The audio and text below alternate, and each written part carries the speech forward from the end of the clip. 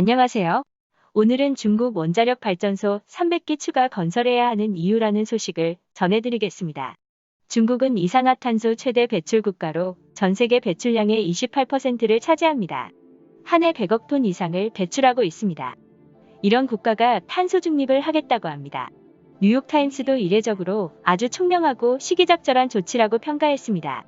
시 주석의 경우 신종 코로나와 홍콩 보안법 파동으로 인한 외교적 난국을 타개하겠다는 측면이 큰 것으로 보여집니다.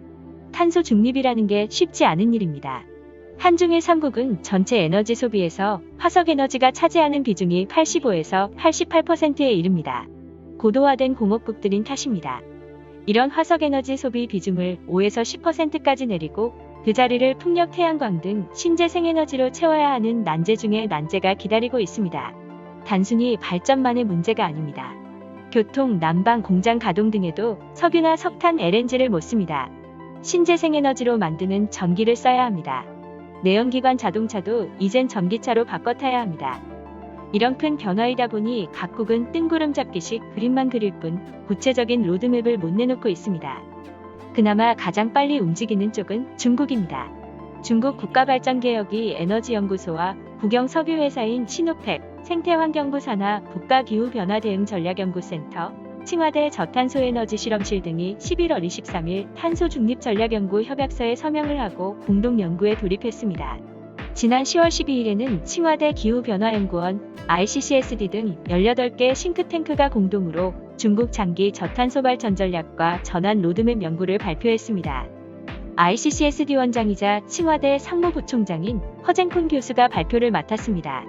그는 중국 국가기후변화 전문가위원회 부주임도 맡고 있는 이 분야의 최고 권위자입니다. 허 교수는 이날 중국이 2060년 탄소 중립을 실현하려면 현재 잡고 있는 로드맵보다 훨씬 더 강도 높은 에너지 구조 전환이 필요하다고 했습니다.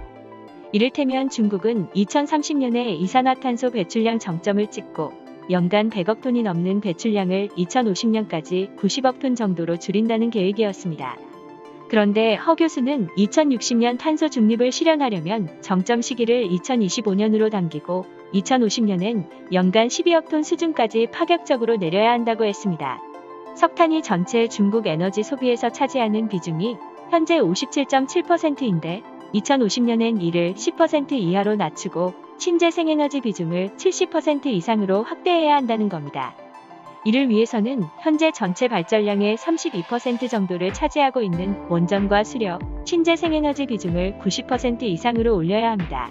그나마 중국이 믿는 구석은 원전입니다.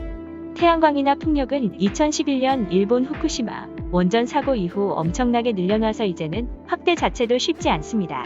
중국은 총 설비 용량 48,750만 메가와트의 원전 49기를 운영 중으로 우리나라의 2배 수준입니다. 그런데도 전체 발전에서 차지하는 비중은 2.4%에 불과합니다. 칭화대 에너지환경경제연구소장을 맡고 있는 장시량 교수는 2050년까지 발전 비중을 원전 28%, 풍력 발전 21%, 태양광 발전 17%, 수력 발전 14%, 바이오매스 발전 8%, 화력 발전 12%로 가져가는 모델을 제시하고 있습니다. 그러기 위해서는 태양광은 현재의 10배, 풍력 발전과 원전은 각각 지금의 7배가 돼야 한다고 합니다. 원전 1기당 용량이 커지는 추세를 감안해도 300기에 가까운 원전을 새로 건설해야 합니다. 이 원전으로 현재 운영 중인 3000기의 화력발전 설비를 대체한다는 겁니다. 현재 승인 절차를 받고 있는 원전 프로젝트도 28기나 됩니다. 태양광이나 풍력은 발전의 일관성이 떨어지는 게 문제입니다. 태양광은 해가 없는 밤이나 비 오는 날에, 풍력은 바람이 불지 않는 때 발전을 못합니다. 그래서 원전이나 화력발전처럼 일정한 출력을 계속 내주는 발전 설비와 짝을 지어야 합니다. 태양광이 발전할 때는 원전이나 화력발전을 줄였다가 밤이 되면 다시 늘리는 식입니다. 화력발전소를 단계적으로 없애야 하니 그 기능을 감당할 곳은 원전밖에 없는 것입니다. 오늘의 추천 영상은 중국 반도체 투자금 부동산 시장으로 몰리고 있다입니다. 감사합니다.